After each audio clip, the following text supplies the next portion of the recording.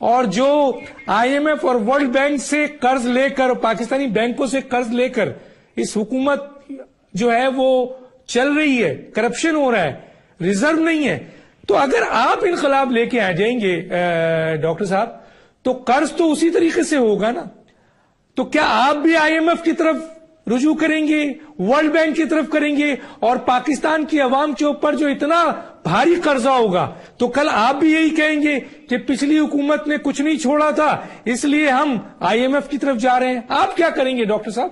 قرض کیسے اتاریں گے؟ دیکھیے جی، آپ کے ڈاکٹر دانش صاحب دوسرے سوال کا جواب بڑا کیٹیگوریکل ہے، دیٹ از نو. یہ جتنے کرپٹ حکمران باری باری آئے ہیں، چونکہ ان کے پاس نااہلیت ہوتی ہے، ویژن نہیں ہوتا، ایبلٹی نہیں ہوتی، اور ان کے پاس قابلیت اور صلاحیت کے نہ ہونے کے ساتھ ساتھ بدنیتی ہوتی ہے، کرپشن ان کے عزائم میں ہوتا ہے، اور وہ ملک کی حالات کو سنوارنے کا ایجنڈا ہی لے کے نہیں آتے، وہ لوٹنے کا ایجنڈا لے کے آتے ہیں. لہذا یہ بات آپ کی درست ہے کہ آپ ساری تاریخ کو دیکھ لیں، جو طبقہ اقتدار میں آیا اس نے 3 سال برباد کیے، خواہ اس ملک کے، خواہ 4 سال برباد کیے، 2.5 سال برباد کیے، یا پورے 5 سال برباد کیے. وہ 5 سال ختم ہونے کے آخری دن تک یہ کہتا رہا کہ پچھلوں نے اتنی بربادی کر دی تھی، اتنی تباہی کر دی تھی، حالات اتنے خراب کر دیے تھے کہ 24 گھنٹے میں کچھ نہیں ہو سکتا. ظالموں، گزار تو 5 سال لیتے ہو اور قوم کو بتانے کے لیے کہتے رہتے ہو کہ 24 گھنٹے میں، رات بھر میں کچھ نہیں ہو سکتا. تمہاری رات 5 سال کی ہوتی ہے، تمہاری رات 3-4 سال کی ہوتی ہے. ارے کوئی تو اینڈ ہونا چاہیے کہ جب پچھلے لوگوں کی تباہی اور بربادی کے اوپر آپ سد باب کر سکیں. میرا جواب یہ ہے کہ اگر انقلاب آتا ہے اور اس ملک کی زمام کار سنبھالنے کا موقع ملتا ہے تو اللہ رب العزت کی مدد سے یہ جملہ میرے منہ سے نہیں سنے گی قوم، یہ جملہ نہیں سنے گی کہ پچھلے لوگ حالات اتنا برباد کر کے گئے ہیں کہ سنور نہیں سکتے. بھائی ان کی بربادی کی وجہ سے ہی تو انقلاب کی جنگ لڑی جا رہی ہے. اس تباہی سے ملک کو بچانے کی وجہ سے تو قوم کو اٹھا رہا ہوں.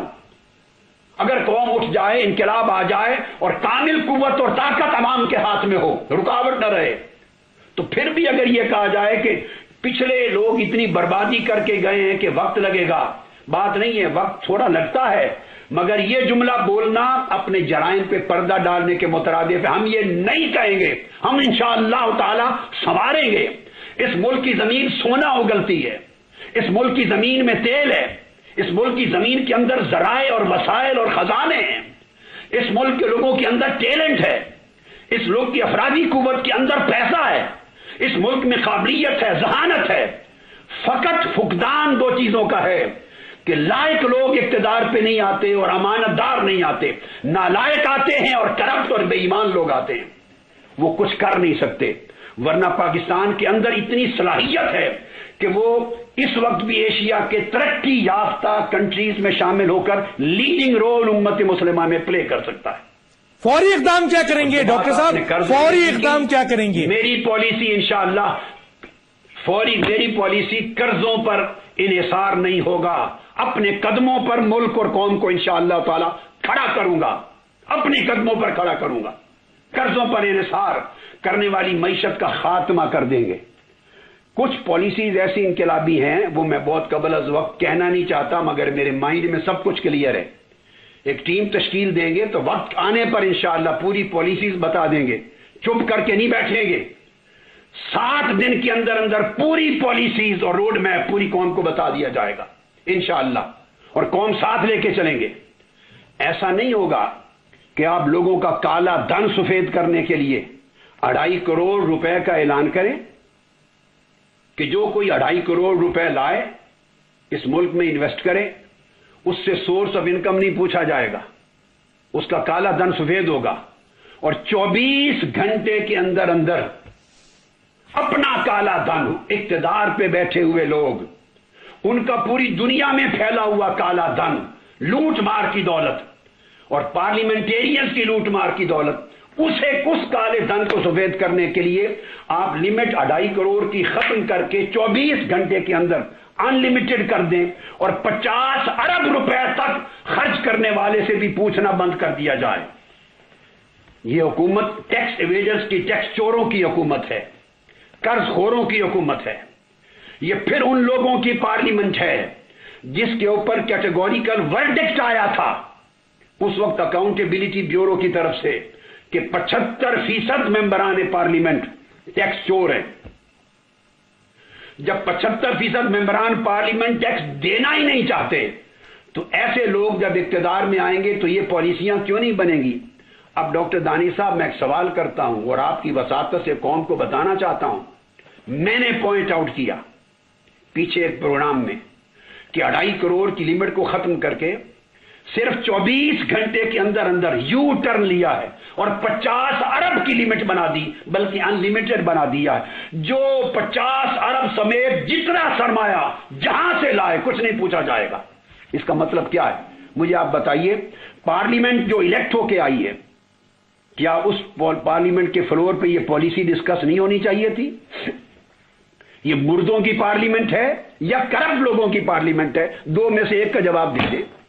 یا یہ پارلیمنٹ مردوں کی ہے، اس میں زندہ شخص کوئی نہیں بچا، یا مردہ ضمیروں کی ہے یا کرپٹ لوگوں کی ہے؟ کیا دنیا کے کسی اور ملک میں اتنا بڑا ڈاکہ ڈالا جاتا پالیسیز میں اور پارلیمنٹ میں ڈسکس نہ ہوتا؟ وہ حکومت چلنے دی جاتی، ایک دن میں حکومت ختم کر دی جاتی. اور وہ کہاں گئے سوو موٹو والے؟ کہاں گئے سوو موٹو والے؟ کیوں چپ ہیں؟ ان کی زبانوں پر تالے کیوں ہیں؟ وہ جو 1 منٹ کے اندر سوو موٹو ہوتا تھا ان کو نظر نہیں آ رہا کہ 2.5 کروڑ کے لمٹ کو 24 گھنٹے میں توڑ کر 50 ارب کیوں بنایا گیا ہے گرین انویسٹمنٹ فیلڈ میں؟ اور کوئی پوچھ گچھ نہیں ہے کس کے لیے بنایا گیا ہے؟ کیوں چپ بیٹھے ہیں؟ پارلیمنٹ کہاں گئی؟ کیا ایک ہی شخص کو پورے ملک کی تبدیل کا اختیار دے دیا گیا ہے؟ وہ تبدیلی والے کہاں گئے؟ وہ شفافیت والے کہاں گئے؟ وہ احتساب کی بات کرنے والے کہاں گئے؟ وہ کرپشن ختم کرنے کی بات کرنے والے کہاں گئے؟ ارے کوئی شخص پارلیمنٹ کے فلور پہ اٹھا ہے جس نے یہ پوچھا ہو کہ 2.5 کروڑ کو 50 ارب میں کیوں بدلا ایک دن کے اندر؟ ان لمیٹڈ کیوں کر دی؟ کہ کوئی 50 ارب، یہ تو ایک شخص ہو گیا نا جی. پھر دوسرے کے نام پر 50 ارب آئے گا، پھر تیسرے کے نام پہ 50 ارب آئے گا، چوتھے کے نام پہ 50 ارب آئے گا. ممکن ہے سرمایہ ایک ہی خاندان کا ہو اور 50 ارب کے 10 یونٹ بن جائیں 250 ارب ہو جائے گا. 100 یونٹ بن جائیں 2500 ارب ہو جائے گا. ممکن ہے 2-4 خاندان ہی سارا لوٹا ہوا سرمایہ دوبارہ ری انویسٹ کرنے اوروں کے نام پر باہر کی انویسٹمنٹ کے طریق سے وہ اس ملک کے ساتھ یہ سازش کر رہے ہیں. پارلیمنٹ چپ ہے، مواخذہ کرنے والے چپ ہیں، اکاؤنٹیبلٹی کرنے والے، احتساب والے چپ ہیں.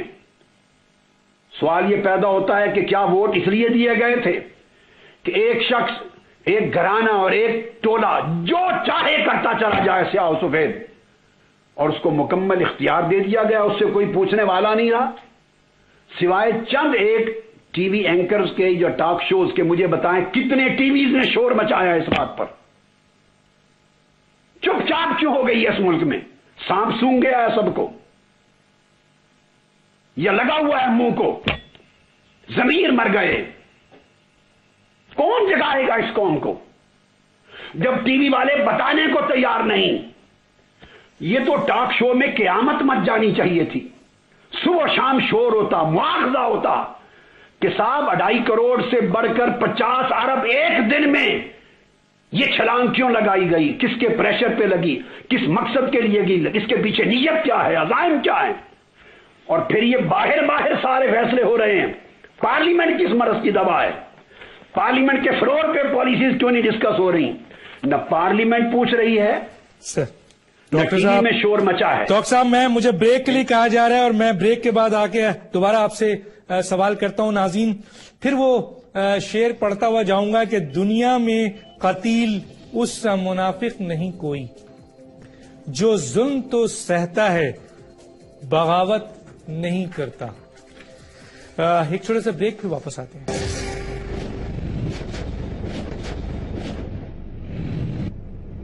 ویلکم بیک ناظرین. ڈاکٹر صاحب میرے پاس 4 منٹ ہے. میرا ایک سوال ہے جو بہت اہم ہے, میں چاہوں گا اس کا جواب آپ دیجئے, اور وہ یہ ہے کہ ڈاکٹر صاحب جن لوگوں کے خلاف آپ انقلاب لانے جا رہے ہیں وہ 200 خاندان پاکستان کا بہت طاقتور ترین خاندان ہے اور 66 سال سے اس ملک پر قابض ہے, اور اس کے ساتھ جو لوگ ہیں بہت بہت اہم اداروں میں بھی وہ بہت بڑے بینیفیشری ہیں اس سسٹم کے. آپ نہیں سمجھتے کہ جن سے آپ ٹکرانے جا رہے ہیں یہ بھی ہو سکتا ہے ڈاکٹر صاحب کہ اس میں آپ کی جان چلی جائے؟ کیا کہیں گے آپ؟ ڈاکٹر دانش صاحب, اس ملک کو تاجدار کائنات صلی اللہ علیہ وآلہ وسلم کی اسلامی ریاست مدینہ کے تابع ایک اسلامی فلاحی جمہوری پرامن طاقتور ملک بنانے کے لیے اور اس قوم کی عزت کو بحال کرنے کے لیے, اس قوم کی جان و مال کی حفاظت کے لیے, اس قوم کے مستقبل کو روشن کرنے کے لیے اور پاکستان کو عظیم تر پاکستان بنانے کے لیے اگر دوران انقلاب یہ لوگ میری جان بھی لے لیتے ہیں تو میں چوم رہا ہوں, میری شہادت قبول ہوگی. ہم جنگ لڑیں گے انقلاب کی, ہم پرامن ہوں گے. کوئی شخص میرے انقلاب میں اسلحہ اٹھانے کی اجازت نہیں ہوگی. ایک غلیل لے کے نہیں آئے گا, ایک چڑیا کو نہیں مارا جائے گا, ایک پتا نہیں توڑا جائے گا. ہمارے سینے ہوں گے. اگر یہ گولیاں چلا کر مجھے مارنا چاہتے ہیں تو جنگ صبح انقلاب یا صبح شہادت تک جاری رہے گی, یا انقلاب کامیاب کرا کے اقتدار عوام کے ہاتھوں میں دوں گا, یا لوگ میرا جنازہ کندھوں میں اٹھا کے لے آئیں گے. مجھے موت کا ڈر نہیں ہے, مرنے کا ڈر اس کو ہو جس نے لوٹ مار کی ہو, زندگی میں حرام خوری کی ہو, بدکاری کی ہو. مجھے اگر یہ مار دیں گے تو میری اگلی زندگی اللہ رب العزت شاید اس زندگی سے سکھ والی کر دے, مگر میرا خون اس قوم کا خون بچانے کے کام آ گیا تو یہ گھاٹے کا نہیں نفع کا سودا ہے. میں جان دے دوں گا مگر کسی کے سامنے جھکنے والا آدمی نہیں ہوں. جو خدا کے سامنے جھکتا اور مصطفیٰ کے سامنے غلامی کرتا ہے وہ کسی کے سامنے نہ جھکتا ہے, نہ ڈرتا ہے, نہ بکتا ہے. میں پھر یہ کہنا چاہتا ہوں, قوم اٹھے, 18 کروڑ لوگ گھروں سے نکلیں. انقلاب تنہا میری اور میری جماعت اور کارکنوں کی کوششوں سے نہیں آتے, تاریخ میں کبھی نہیں آئے. انقلاب قومیں لاتی ہیں, انقلاب عوام لاتے ہیں. لوگوں گھر میں جل جل کر کڑ کڑ کر مر جانے کی بجائے باہر نکلو, اور اگر کوئی تمہاری جان لیتا ہے تو لینے دو. پرامن رہو, پرامن رہو, اور پرامن انقلاب کے ذریعے اس ملک کی تقدیر بدل کے ایک نئی تاریخ رقم کر دو. اگلی نسلیں تو سمجھ جائیں گی, اور اس ملک میں پوٹینشل ہے کہ پورے عالم اسلام کی قیادت کر سکے. اس ملک کی افواج جیسی, میں آپ کو بتاؤں دنیا میں شاید کوئی فوج نہ ہو. پوری دنیا کی بات کر رہا ہوں, اس میں امریکہ, یو کے, یورپ کی افواج شامل کر کے, یعنی professionally committed, ideologically sound military force اس کرۂ ارضی پر ٹاپ کی افواج میں سے افواج پاکستان ہے. خواہ اس میں آرمی ہے, خواہ ایئر فورس ہے, خواہ نیوی ہے. چونکہ کمانڈ تبدیل ہوئی ہے تو میں جنرل راحیل شریف کو مبارکباد دیتا ہوں اور جنرل راشد محمود کو مبارکباد دیتا ہوں. افواج پاکستان جیسی افواج کا ہی نہیں, پاکستانی ڈاکٹروں جیسے ڈاکٹر کا ہی نہیں. آپ یقین جانیے یہاں کسی کو اسپیشلسٹ کی ضرورت پڑ جائے نا باہر, تو ٹاپ کے 2-4 نام پورے ملک امریکہ, کینیڈا